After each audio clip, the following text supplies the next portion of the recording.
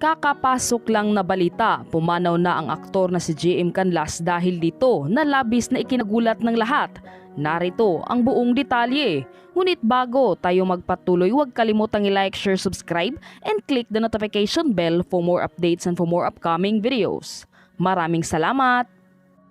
Sumakabilang buhay na ang bunsong kapatid ng mga aktor na si Elijah at Jerome Canlas na si Jamil Mateo Canlas nitong Huwebes ng umaga, August 3, 2023 sa edad na 17 years old.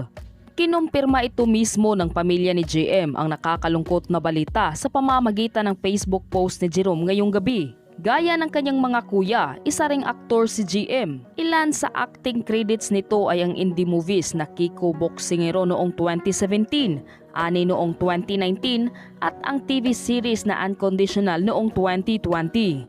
Inilarawan ng kanyang pamilya si JM bilang isang talentadong aktor, atlete, magaling sa musika lalo na sa pagkanta. Ilan lamang ito sa mga talento ni JM na talaga namang ipinagmamalaki ng kanyang pamilya. Bukod pa dito, ay proud umano ito bilang isang Pinoy at may malasakit ito sa mga mahihirap at naaapi.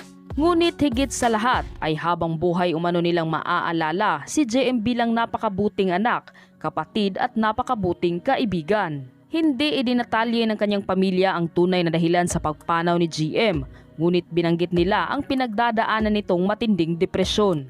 Malungkot na balita para sa aming pamilya ang pagkawala mo, GM, pero masayang maaalala lagi ang mga panahong nakasama at nakakulitan ka namin mula sa aming pamilya. Mahigpit na yakap sa pamilyang Canlas. Eternal rest grant unto GM, O Lord, and let perpetual light shine upon him. May he rest in peace. Amen.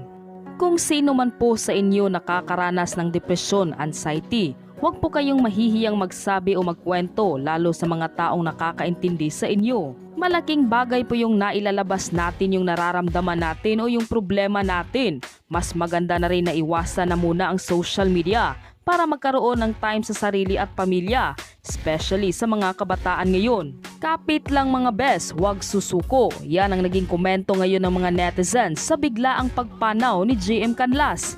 Ikaw ano ang masasabi mo sa videong ito? Mag-iwan ng komento sa baba.